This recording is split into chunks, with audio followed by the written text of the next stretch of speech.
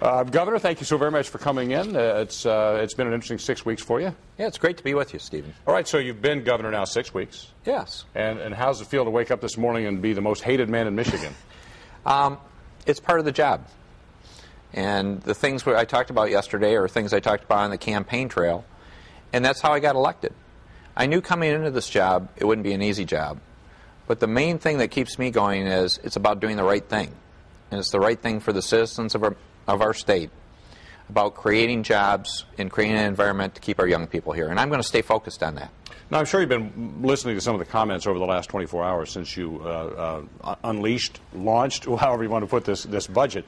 The appearance is that businesses are getting a big break on the back of taxpayers. That's the appearance. Is that what the intention is? No, and the reality is we should talk about that, because if you think about the business side of things, and people are saying, well, they're getting this huge break. Well, a couple things are really going on where I don't believe that's really true. What they're doing is they're being put in a fair position to create, and then put in an environment to really create jobs. If you look at it, we created this, get rid of the MBT and create this 6% corporate net income tax. Well, let me talk about who's not a corporation, which are most of our businesses. They're sole proprietorships, they're partnerships, the people out there creating lots of our jobs. Is what tax have they been paying? These are the people that were paying on their business income on their personal tax return. The same rate you and I pay for our wages and salaries, they were paying that tax. But they were also paying the Michigan business tax, which meant they could have been paying up to 6% more of their income on top of that. So their effective tax rate could have been in excess of 10%. These are the people that were creating the jobs. Is that fair that we're asking these business people to pay over 10% of their income to the state while the rest of us are paying 4% or so? That's not how you create an environment for success. So what it does is really say, okay, now you pay the fair tax that we're paying. The other thing we did is we're getting rid of all those credits. That was a mistake. If you look at it, the liabilities we've taken on, just the credits outstanding through 2015 are over $2 billion. We have credits we've issued as a state that run through 2032. So basically we were giving out money and playing this kick the can down the road attitude of saying, here are future obligations that somebody's going to have to pay for. Well, I'm drawing the line. It's time that we take responsibility for those past obligations, most of which were created a long time ago. But let's step up and take responsibility and be fiscally sound and responsible and build a budget to say, now we've got a system that works in total, that's simple, fair, and efficient on the tax side. On the budget side, we're showing value for money, efficiency for real people. And that's how you create jobs and prosperity and a bright future for all of us once we get through this shared sacrifice in the short term. Now, I think you would find no argument for business that they are obviously on board with what you're doing. You hear all the comments from the various different business groups, and they're all very happy to hear this. Now, on the other side of the equation, you hear from somebody like ARP of Michigan. They called the budget decline. They said you're declaring war on the elderly. So they don't feel it's necessary. Not everybody's happy about this. Yeah, and there's no war on the elderly. Our seniors are great people.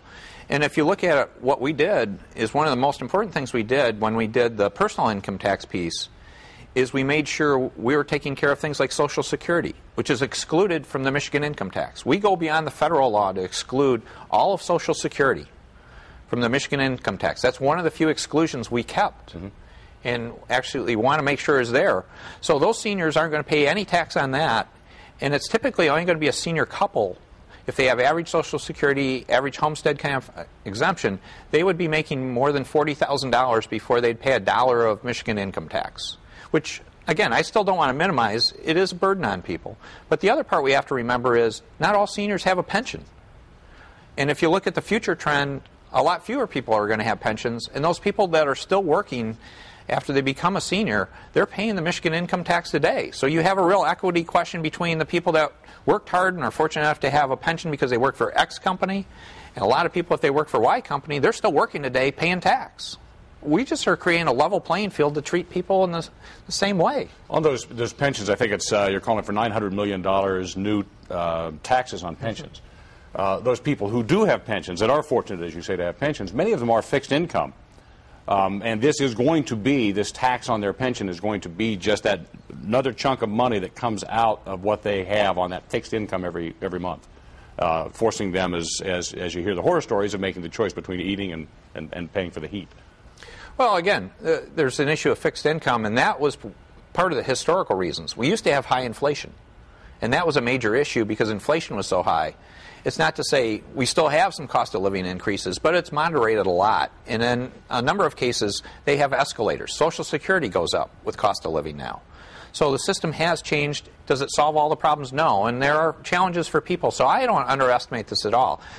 These are very difficult calls to make, but it's the right answer for the long term for all of us together. State employees aren't necessarily happy with this. They're going to be asked to pay another $180 million also that they weren't used to paying. Well, that's where we can continue to make improvements, and we want to do that through the collective bargaining process, to have a dialogue and discussion. And based on our preliminary analysis, we believe it can be done through looking at benefits, other things that involve other than wages.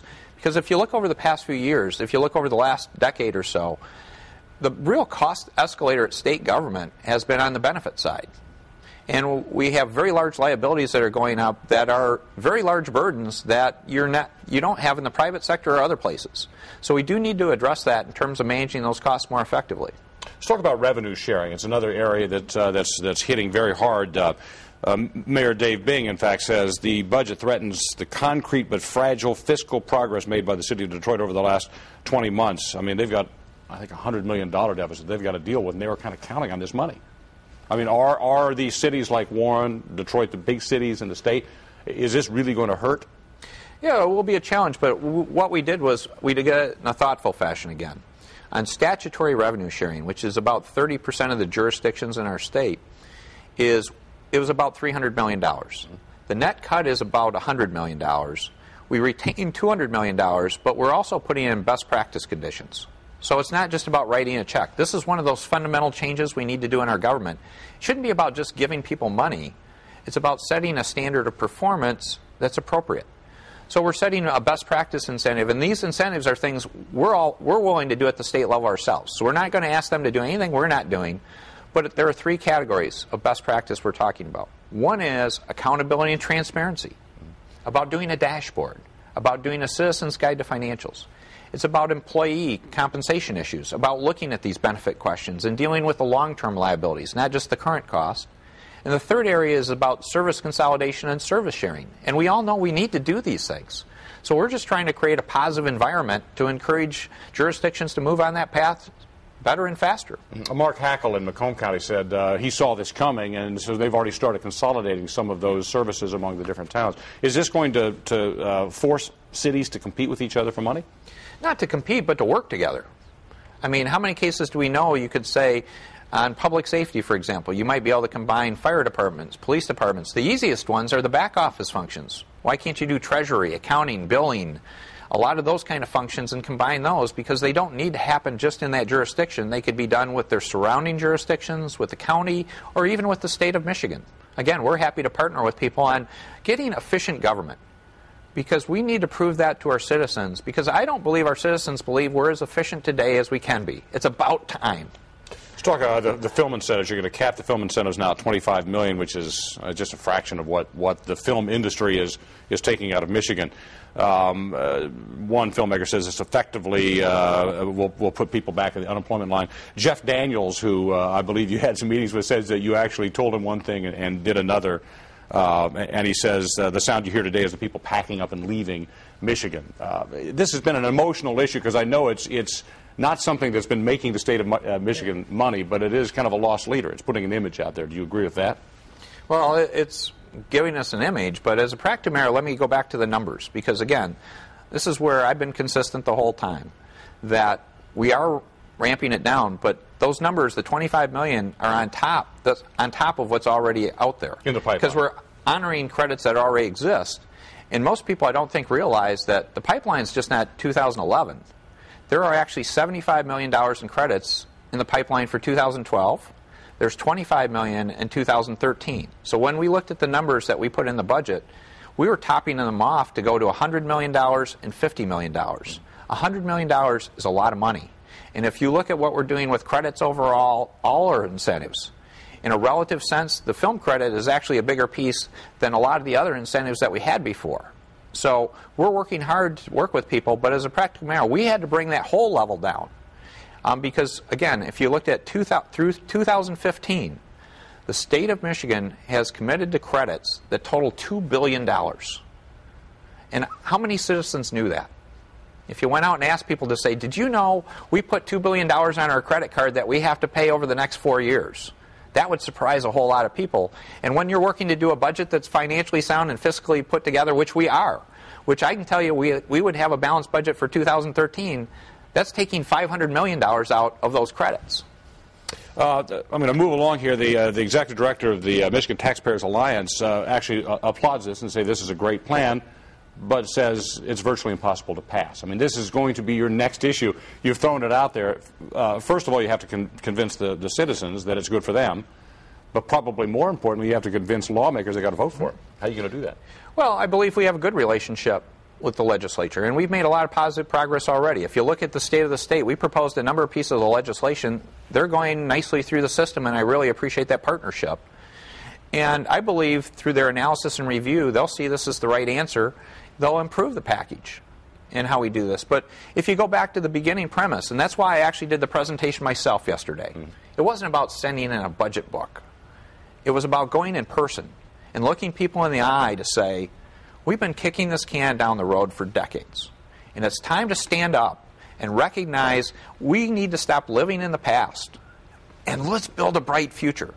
So that past system, no one likes our tax system. No one likes our budget system. It's time to draw the line, not on any line item, but that whole system, and to say, here is a new system. Here's a system that works on the tax side in terms of simple, fair, and efficient and creating jobs. Here's a system on the budget side that's about value for money, efficiency for our taxpayers, and delivering real results, measurable results, and dashboards. And let's get this passed because it's about that future, bright future, where we can win together. That's exciting. And that's one of the messages I hope people don't miss. This isn't about just today. This is about being responsible for today and the past, but moving forward. You're kind of new at this, at being a politician. Do you find it a little bit ironic that people are angry at you for actually keeping your campaign promise? Well, there is some irony, but I expected that because it's human nature. Everyone likes change until it affects them, and then the natural reaction is to say, well, that was a really good idea until it affected me. What I'm hoping and what I believe will happen is people will look at this over time and hopefully reflect to say, don't we all know we need to do this? And isn't the right answer is we stop looking in the rearview mirror and say there's a good future out there, but to do it, we need it to do it together in a new way. And that's how I became governor. That's what got me elected, I believe. And so I'm doing my part to hopefully be a good leader. This isn't just about me. It's about us coming together as Michiganders to say, let's reinvent Michigan. It still has to hurt. I went through our website and just looked at some of the comments, and these are the only ones I can actually read. Some of them I can't. Recall this guy, taking from seniors and kids. What is this state coming to? Rob from the poor, give to the rich. What a creep. Recall this governor. He's the devil. These are what people are saying about you. How does this feel personally to you? Well, it hurts. But I was hired to do a job. And what I can say in good faith is I believe we're doing the right thing, because it's looking at all Michigan citizens. It's not just looking at one group or another. It's to say, how do we do this fairly and together, and to achieve a success that will really be meaningful and get us out of this position of being in the bottom for too long. We are a great state. So the vision is can't we go back to being that great state that we were in the early part of the last century, where we were known for the place of innovation, of entrepreneurship, of manufacturing, of having great cultural institutions. And how do we create that environment again? This is a key cornerstone in doing that. It's hitting that reset button to say, now we're doing this, now we're on the path to building that back for the next century and for our kids. That's important. How long do you think it's going to take for this to work? I mean, if you get the ideal world, let's say that budget you handed them yesterday, they just rubber stamp it. How long would it take for that to work? How long before the people of Michigan say, you know something, that was a good idea? Well, it's just not a light switch thing. It'll be a gradual process, but we'll start seeing positive things right away. It was interesting. I didn't even realize this. There was an article in the Wall Street Journal yesterday, and it was interesting the page it was on. The article on the top of the page was about how messed up Illinois is. The next article down was an article about how Michigan's getting its act together by balancing a budget and doing fundamental reforms. Because it's one of those messages that, as we do this, I can sit and look at you and say, with this package, 2013 is structurally sound and balanced with no gimmicks. Isn't that a wonderful thing to know? And you look at it, that's an environment that business wants to come to because they know they have a state that's going to be responsible, that's creating a great business environment to create jobs. And we'll go get our AAA credit rating back, I hope, over time by taking this philosophy. And that all is part of that momentum curve to say Michigan's a leader now, not a follower or not at the bottom. You've got to be looking at what's going on in Wisconsin right now in Madison. The governor proposed a budget, and you talk about nuclear. They've got 25,000 people marching on the Capitol. Yeah. You've got to be paying attention to what's going on there. Well, I think it's a good contrast. Again, they took a different way of doing things, a much more us versus them approach. Our approach with this budget package and this reform package is it's about bringing us together. Because what I ask people to do, if they're one of the people affected in some negative way, is to say it could be costing them more money and I feel bad about that and that's difficult. Ask them the question of where you end up. When you're done and you've moved to that spot, are you being treated fair with everyone else? To say we're in this together, that you're paying the same rate that that person that didn't have the pension is paying, that's a senior. That everyone else is moving to an equation to say we're all being responsible. We're not asking on the budget side jurisdictions to do things we're not working on ourselves. It's about being in this together, and that's a fundamentally different philosophy. We're doing the tough things, but we're doing it in the context about us doing it together. And I'm not sure the people necessarily see it that way yet. Over time, perhaps they will, but right now, I think people are reacting kind of like they are in Wisconsin, minus the march on the Capitol. Are you concerned that citizens are going to get angry about this and start marching towards you? Well, we had a protest. There were protests yesterday, even before I said anything. So that's part of democracy. I just hope people can look at it and keep it in perspective, and that we do it all in a civilized fashion of having a good dialogue about the substance of things instead of just the form. Because the substance is we have a broken system today on the tax and budget side. And this is our opportunity in the big picture to do the right thing, to build a clean sheet of paper approach to say this is what we should do for a state that's building for our future, not for our past. On a personal note, how are you dealing with this now? How's your family dealing with you being the governor? I mean, how's life changed for you? Well, I mean, these are tough things, and we're doing the best we can, and that's just part of the territory for me. I took the job.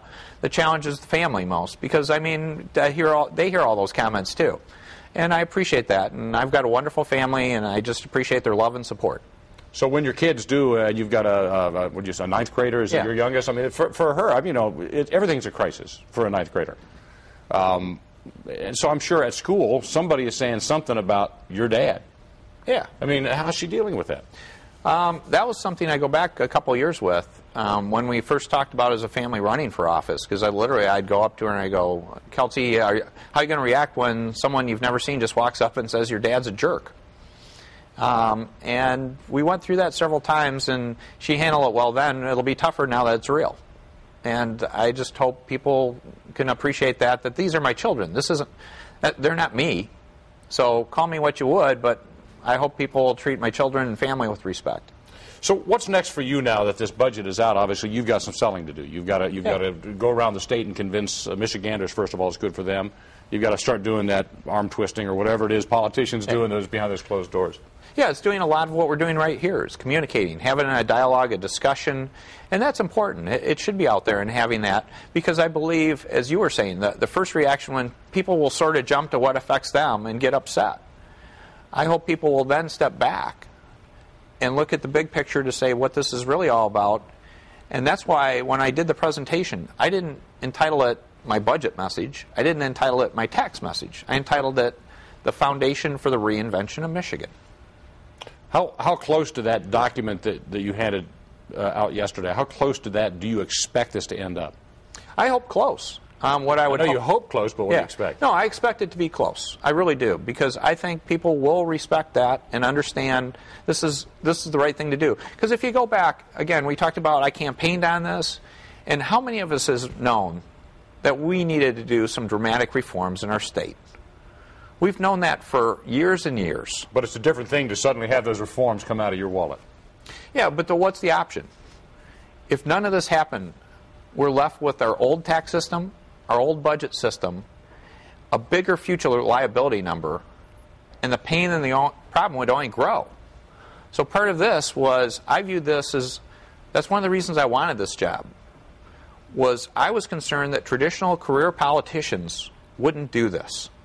And it would just continue to go on for another set of years, another decade or so. And where would Michigan be? We'd still be at 50, 48, 47. That's pathetic. And then we'd be left in a situation where when it came, it would even be more dramatic and more trouble because it would have to happen at some point. And isn't it better to be proactive, to stand up, show some leadership, and be responsible to say, here are simply the facts, and it's time to move forward. It's time to recognize we have a broken system, let's do the right thing, and let's just not dwell on that, but let's build the system for the future.